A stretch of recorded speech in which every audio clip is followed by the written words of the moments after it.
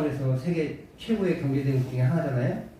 근데 이 세계 최고의 경제대국 중 하나로 만든 인물이 등수평이라는 인물이에요. 중국식 발음으로는 덩샤오평이라고 한다고 해요. 근데 그가 중국 5대 중국 공산당 중앙군사위원회 주석으로 있을 때예요. 미국에 갔다 왔나 봐요. 미국에 갔다 오면서 이제 마음을 좀 바꾼 거예요. 경제정책을 펼치면서 흑묘, 백묘론을 펼쳤어요. 흑묘, 공산당이든 백묘, 자유주의든 무슨 상관이냐. 고양이는 뭐만 잘 잡으면 돼요? 쥐만 잘 잡으면 된다. 국가의 대부분 돈을 잘 벌면 된다. 이렇게 주장을 했어요. 그러니까 이제 돈을 벌기 시작한 거예요. 10억 넘는 인구가 돈을 벌기 시작했으니까 얼마나 잘 벌겠어요. 그래서 뭐 여러 가지 정책들을 통해서 계속 카피 정책 같은 걸 통해서 돈을 쌓기 시작했어요. 근데 그러면서 이제 그가 기존 공산주의는 유지하고 그러면서 민주주의식 자유경제주의를 채택한 중국식 공산주의를 정착시켜가지고 오늘날의 경제 대국으로 만들었어요. 그런데 참 좋은 말 같긴 하지만 여기에는 뭐가 하나 숨겨져 있는데 선구론이라는 거예요. 먼저 부자가 될 사람은 부자가 되어야 한다. 그 부자가 또 인민을 배부르게 할 수 있다. 뭐 이렇게 해가지고 부자 될 만한 사람이 먼저 부자가 되게 한 거예요. 그래서 중국의 갑부들은요 우리나라 갑부와 비교가 안 된대요. 제가 아는 친구가 지금 일본에 있는데 일본에 동경 유학할 시기에 중국 부자가 같이 동기였대요. 3월달에 저희 배가 하나 들어오더래요. 그 친구 생일인데 생일에 배가 들어온 거에 알고 보니까 그 아버지가 이 아들 생일잔치하라고 중국에서 유람선을 보낸 거예요. 우리랑 급이 다르세요. 그런 부자들이 있는데 문제는 중국에는 노숙자 계열의 숫자가 훨씬 더 많다는 거예요. 그러니까 공산주의는 뭐예요? 부의 재분배잖아요. 돈을 벌었으면 그것을 분배해줘야 되는데 안 한 거예요. 먼저 부자가 되는 사람만 먼저 부자가 되라. 그러고 하니까 돈을 긁어모을 사람들만 긁어모은 거죠. 그러다 보니까 부자 된 사람만 계속 부자로 남는 거예요. 가난한 사람은 점점 더 가난해지고 노숙자와 다름없는 그런 살 길을 가고 있는 거죠. 우리말에 이런 말이 있어요. 뭐로 가도 서울만 가면 된다. 무슨 말 같죠? 우리가 흔히 이야기하는 어떤 방법으로 가든 기차를 타든 비행기를 타든 버스를 타든 심지어 걸어가든 서울 가면 되지 않냐 라는 의미로 이해하는데 좀 더 그보다 좀 더 심각해요. 모라는 말이 이 가라는 뜻이잖아요. 가 이런 뜻이잖아요. 옆으로 가든 기어서 가든 서울만 가면 된다. 방법은 상관없이 어떤 방법과 상관없이 그냥 서울만 가면 된다는 거예요. 제가 다른 말로 좀 바꿔볼게요. 이 뭐로 가도 서울만 가면 된다 말을 이렇게 말할 수 있어요. 사람을 죽여서 정권을 잡던 선거를 통해서 정권을 잡던 정권을 잡기만 하면 된다. 맞는 말 같아요? 틀린 말 같아요? 뭐 그럴 수는 있지만 심지어 우리나라에도 그런 사람들이 많이 몇 번 있었죠. 그럴 수도 있지만 그것이 정당화되지는 않아요. 그 사람들이 정권을 잡았기 때문에 어떻게 할 수는 없었지만 그 이후에 평가를 하긴 했죠. 어떤 사람은 총 맞아 죽고 어떤 사람은 절에 가시고 그것이 바람직하지는 않다는 거죠. 그러니까 흑묘 등수평의 흑묘 백묘론과 선구론도 사실은 좋은 것처럼 보이지만 좋지 못했다는 거예요. 자신의 정치 철학을 포기했어요. 돈을 버는 것까지 좋았는데 그러면 공산주의의 핵심인 부의 재분배가 일어나야 되는데 안 일어났다는 거예요. 결국은 자신의 권력을 쟁취하기 위한 수단으로 그걸 사용한 거예요. 일뿐이라는 거죠. 그러니까 나쁜 거예요, 사실은. 근데 오늘 성경은 반대예요. 좋고 편한 길을 놔두고 굳이 힘든 길을 가려고 하는 바울 사도와 신라의 모습을 보게 됩니다. 오늘 바울 선교단 일행은 빌립보에 도착해서 루디아라는 여인을 만나서 그의 집에 기숙하게 됩니다.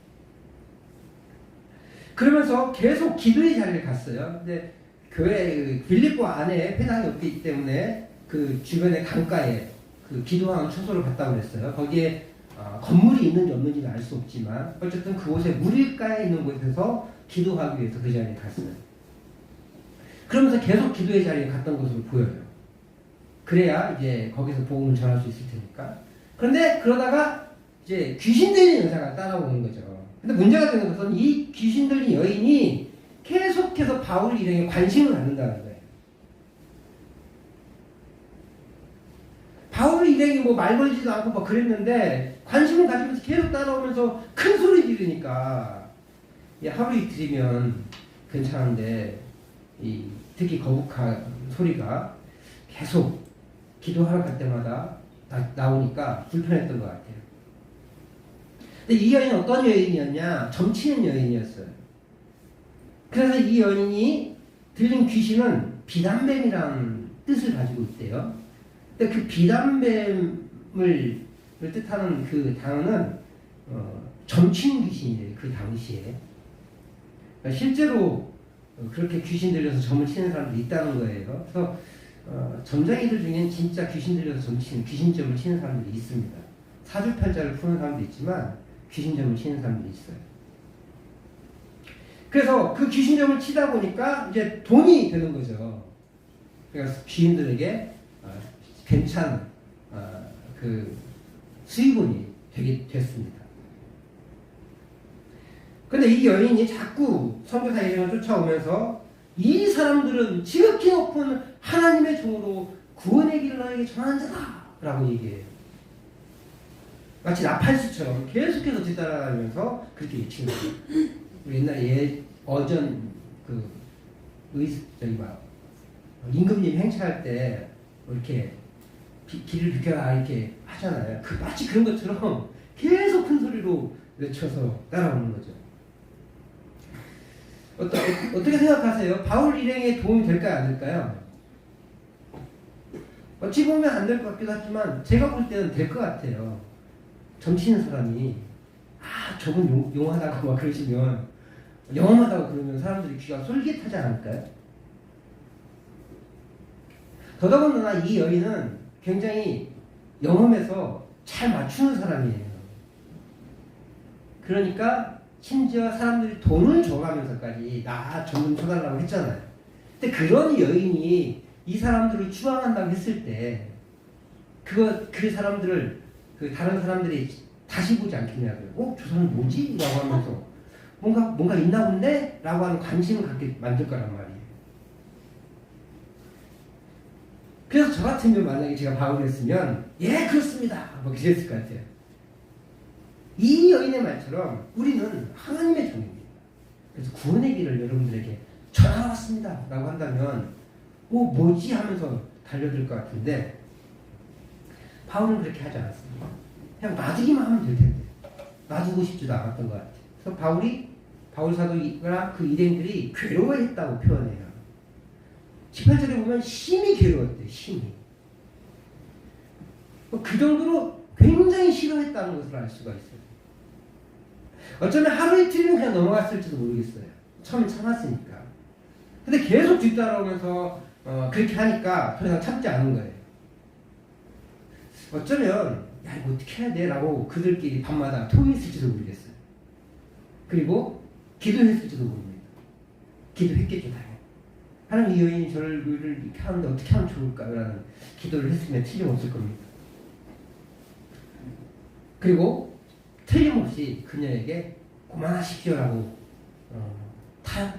타일렀을 겁니다. 그런데 그렇게 시간을 보내고 기도하고 의논해 보아도 그것이 옳지 않다는 판단을 한 거예요. 그러다 보니까 멈추지 않는 그녀에게 이렇게 외치는 거예요. 예수 그리스도의 이름으로 내가 내게 명하노니 그에게서 나와라! 그러자 귀신이 즉시 나와버렸어요. 이후의 내용은 우리가 다음 주에 살펴보겠지만 이 일 때문에 옷 찢김을 당하고 벗김 당하면서 심한 매를 맞고 감옥에 갇힌 수모를 겪습니다. 어쩌면 더 힘든 길을 가게 된 거예요. 무시하고 넘어가면 아무 일 안 일어났을 텐데. 아니면 주인을 찾아가서 이 여인을 우리에게 오지 말게 하십시오라고 했다면 큰 문제가 안 일어났을 텐데 아예 그냥 원천을 차단해버린 거죠. 왜 그렇게 쉽고 편한 길, 좋은 길 놔두고 어려운 길을 갔을까? 저 역시도 고민이 됐었어요. 왜 바울 사도 일행은 귀신 들린 여종의 찬송을 거슬려 했을까? 이런 거잖아요. 만약에 아까도 얘기했지만 저를 이 주변에 근처에 무당들이 와가지고 이 목사는 말이야 정말 훌륭해 영험해 막 그러면서 막 칭찬하고 그 교회 가라 그 교회 가라 그러면 제가 으쓱하지 않겠어요? 그런 사람들이 몰려오지 않을까요? 저 무당이 가보라고 그랬다. 구미중앙교회 가면 복받아! 막 그렇게 한다면 우리 교회 소문이 좋게 날 거 아니에요. 복을 받고 싶은 사람들은 오겠죠. 근데 그렇게 됐을 때 제가 막 사람들이 몰려오는데 제가 괴로운 게 맞아요? 왠지 더 자랑스럽게 생각하고 이 일로 우리 교회가 더 많은 사람들이 찾아오게 되면 좋은 일 아닐까? 아이고 하나님 감사합니다. 무당을 통해서라도 이렇게 찬송케 하시니 감사합니다. 뭐 그러지 않겠냐고요. 근데 왜 바울 사도 일행은 그 일을 막아도 보다가 그것이 안 되자 나와라! 막 이렇게 하셨으니까 되게 고민돼요.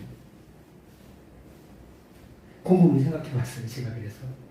그러니까 이런 생각이 들더라고요. 예수님이 오늘 그렇게 하셨어요. 누가복음에 보면 귀신 들린 자와 병든 자가를 예수님이 많이 고치셨는데 특별히 사장에 보면은요 귀신 들린 자가 예수님을 하나님의 거룩한 자다 하나님의 아들이다 이렇게 34절과 41절에서 예수님을 높이는 장면이 나와요. 그러자 주님이 그들을 꾸짖으시는데 41절 말씀을 우리가 좀 보겠습니다. 누가복음 4장 41절 같이 읽겠습니다. 시작. 여러 사람에게 귀신들이 나가며 소리질러 이르되 당신은 하나님의 아들이니이다. 예수께서 꾸짖으사 그들의 말함을 허락하지 아니하시니 이는 자기를 그리스도인 줄을 알미러라. 예수님께서 귀신들의 말을 막으셨기 때문에 바울 사도도 그랬을 거라는 거예요. 그런데 여기 중요한 게 있는데요. 그것은 그렇게 하나님의 아들이라고 말하지 말라고 하신 이유가 있는데 마지막 줄에 이미 그 귀신은 이분이 예수라는 분이 그리스도라는 걸 다 알았다는 거예요. 근데 지금 사역 초기거든요. 아직은 예수님이 잡혀 돌아가실 때가 아니에요. 그렇기 때문에 그리스도라는 이야기가 퍼져서는 안 돼요. 예수님은 약간 신비주의 경향을 가지고 있으셨던 것 같아요. 근데 왜 그러냐면 너무 퍼져가지고 사람을 동역해 하지 않고 하나님의 때를 철저하게 기다리셨기 때문에 그렇게 내가 드러나고 나타나고 이런 것들을 좌중하셨어요. 그럼에도 불구하고 드러나셨기 때문에 피하시기도 하시고 숨기도 하시고 이렇게 귀신들을 책망하기도 하셨던 거예요. 문제는 지금 이스라엘 백성들은 예수님이 그리스도이시라는 걸 모르는 거예요. 누가 드러내야 돼요? 귀신이 드러날 게 아니라 당신께서 그리고 제자들이 드러내야 되거든요. 그래야 올바른 믿음의 생활을 갈 수 있으니까 올바른 그리스도로 그 예수님이 그리스도라는 것을 인정할 수 있으니까 하나님의 메시아이시라는 것을 분명하게 예수님을 통해서 드러내야 되는데 귀신을 통해서 드러나잖아요. 그러면 이 길이 흐트러지는 거예요. 그래서 그것을 타협하고 싶지 않으신 거예요. 오히려 그냥 놔뒀으면 예수님은 훨씬 더 빠르게 부각됐을 겁니다. 그런데 하나님 나라 일꾼이 사단의 나라 일꾼과 결코 타협하지 않으신 거예요. 조금은 험한 길이고 조금은 불편한 길이지만 그 길을 정도를 가기를 원하셨던 거죠. 바울 사도도 그렇게 귀신을 통해 그들의 메시지가 알려지는 걸 탐탁히 않았어요. 무엇보다 그의 선포되는 메시지에는 오류가 있었습니다.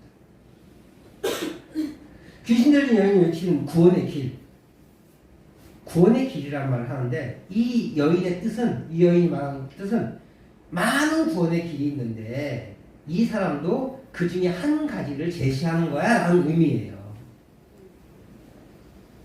근데 우리는 어떻게 믿어요? 예수님은 유일한 구원의 길이잖아요.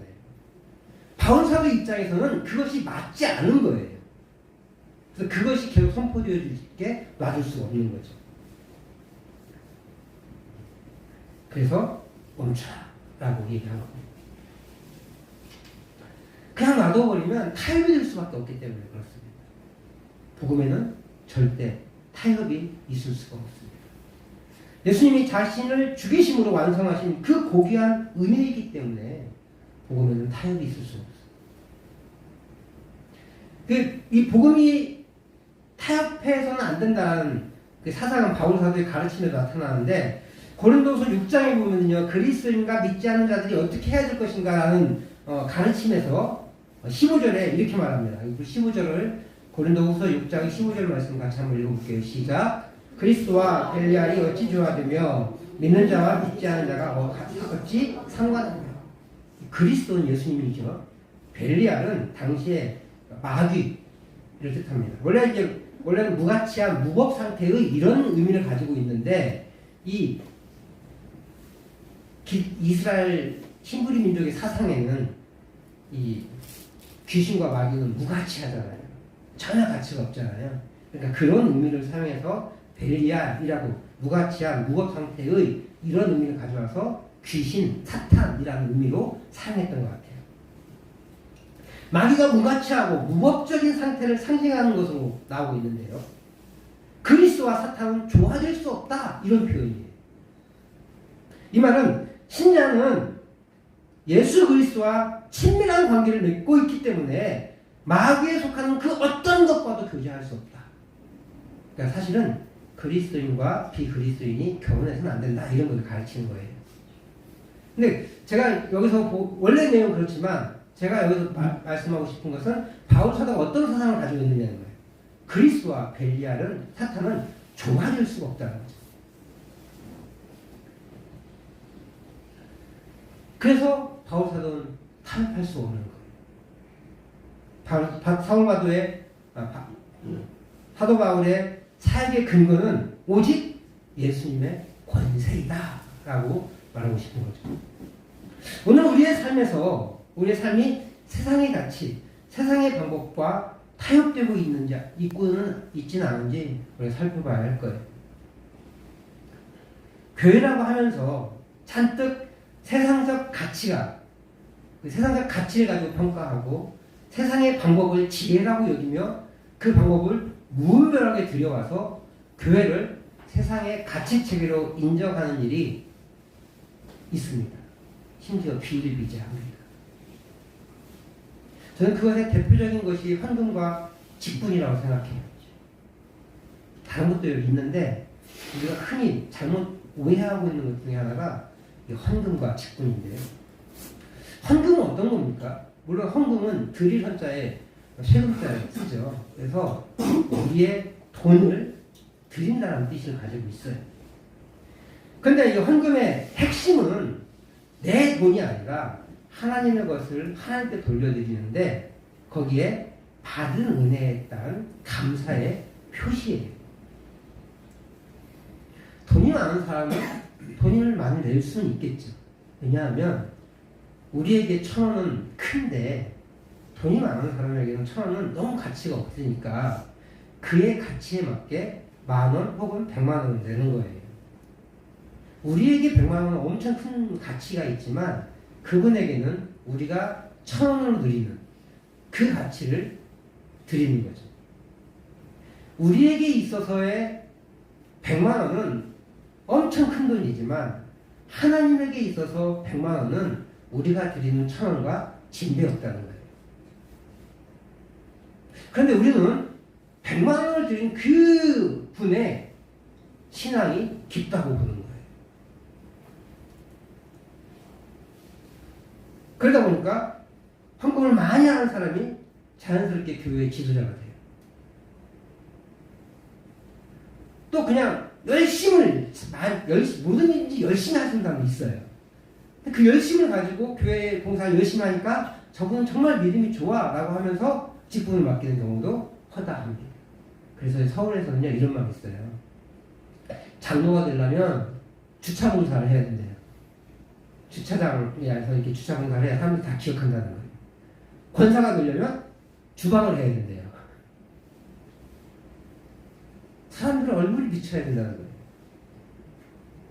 사실 큰 교회들은 잘 모릅니다. 누가 누군지. 그래서 얼굴 잘 보이는 사람, 기도의 시간에 은혜 앞자리에 앉고 가끔 눈물 흘리시는 분, 그런 분들이 믿음이 좋은 분이라고 생각해요. 근데 그분이 허물도 많이 하고 뭐 좋은 차 타고 다니네요. 그럼 저분은 정말 훌륭하신 분일 거야 라고 하면서 그냥 지리짐작으로 이렇게 투표를 하는 거죠. 그러다 보면 자연스럽게 교회에 입금이 들어갑니다. 근데 그것이 하나님이 기뻐하시는 일일까요? 교회에서 가장 중요하게 여기는 것이 믿음이어야 하는데, 직분을 세우는 기준이 믿음이어야 하는데, 우리는 눈에 보이는 외형적인 것들, 헌금이라든지 아니면 얼마나 열심히 봉사하는 거라든지 그걸 평가한다는 거예요. 우리의 입장은 기준이 될 수밖에 없어요. 우리는 보이는 것이 그거니까. 그렇기 때문에 우리는 그것에 속지 않기 위해서 더 깊이 기도해야 되는데 기도하지 않는 거죠. 그냥 눈에 보이는 헌금의 양, 봉사 시간으로 대체해버리는 거예요. 그래서 정말로 하나님을 사랑하지만 봉사를 많이 못하고 헌금을 많이 하지 못하는 분들은 믿음이 없다고 치부해버려요. 그런 경우가 사실 많이 있어요. 그러나 교회는요, 철저히 믿음의 삶으로 평가돼야 돼요.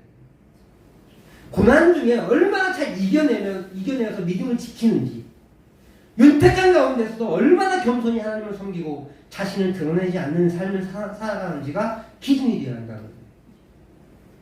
그래서 사실은 직분을 투표할 때는 그분의 그 삶이 드러나져야 돼요. 교제를 충분히 하시는 분들이 투표해야 돼요. 그런 성도가 많은 교회가 좋은 교회예요. 둘째로는 직분이 높고 낮고를 생각합니다. 직분이 높고 낮다.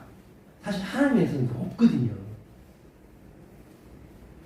근데 어떤 직분은 높은 직분이고 어떤 직분은 낮은 직분이라고 생각하는 거예요. 물론 장로님이라고 했을 때요.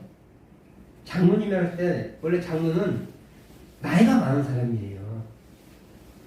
그러면서 학식과 지혜가 있는 분들을 리더로 세운 거거든요. 그래서 나이가 많고 학식과 인품이 있는 분을 존경이 마땅하지 않습니까? 그런 분들이 이제 상급자처럼 더 높은 사람이라고 착각하는 경우가 있는 거예요.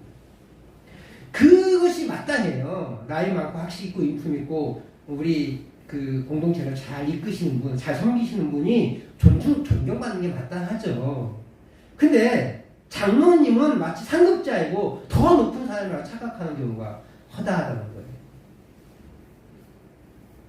그래서 장로가 못 뛰고 견사가 못 뛰면 낮은 사람이라고 여기는 경우가 많아요.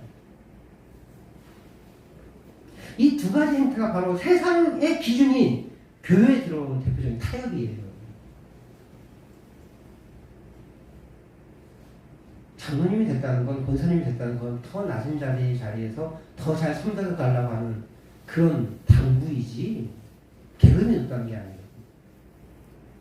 근데 마치 사장님처럼, 마치 이사님처럼 그렇게 스스로도 착각하시고 성도님들도 그렇게 주눅 들고 그런 거예요.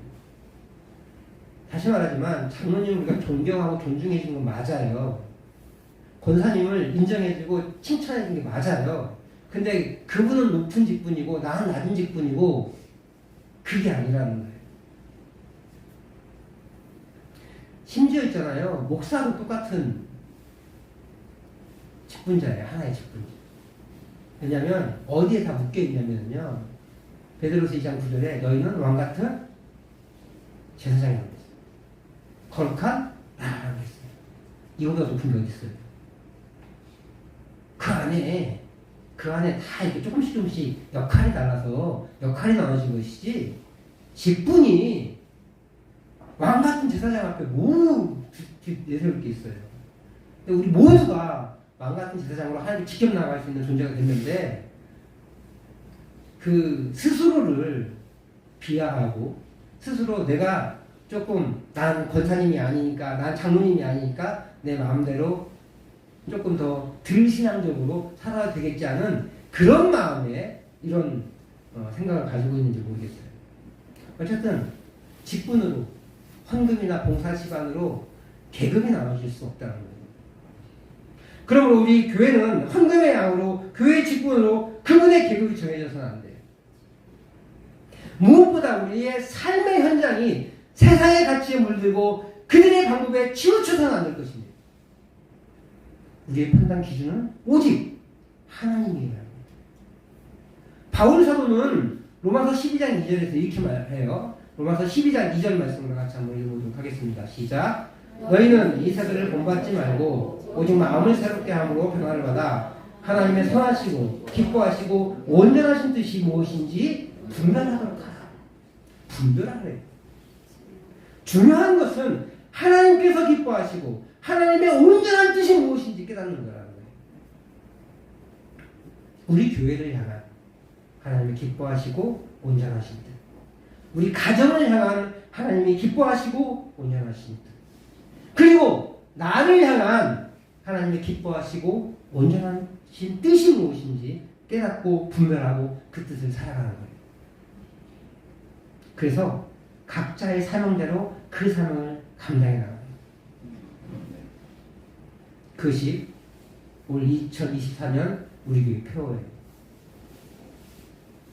우리의 삶으로 나타나는 것이 하나님의 나라예요. 나는 교회 다니는데 우리의 삶은 세상의 나라, 사탄의 나라가 나타나면 그것이 어떻게 하나님 나라가 있습니까? 우리의 예배가 하나님 나라로 끝나는 것이 아니라 우리의 예배에서 하나님 나라가 끝나는 것이 아니라 우리의 삶에서 하나님 나라가 나타나야 된다는 거예요.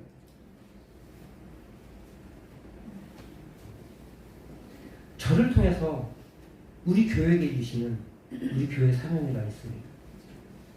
이건 제가 위대해서가 아니라 제가 똑똑해서가 아니라 하나님이 저를 통해서 말씀하시고자 하는 사명인 거예요. 저는 그냥 통로로 사용됐을 뿐이에요. 그리고 그것이 우리 교회뿐만 아니라 우리 성도님들의 삶에서 나타나기를 소망합니다. 네. 우리의 삶을 통해 하나님의 나라가 나타나고 우리의 그 하나님의 나라를 우리가 살아감으로 세상 사람들에게 빛이 되는 그런 교회, 그런 성도, 그런 교회가 우리 구미중앙교회고 우리 구미중앙교회 성도님들이 되기를 소망합니다. 네. 그렇게 우리의 삶의 과정을 통해서 하나님의 나라를 세워가시는 우리 성도님들 되시길 다시 한번 주의 이름으로 축복합니다.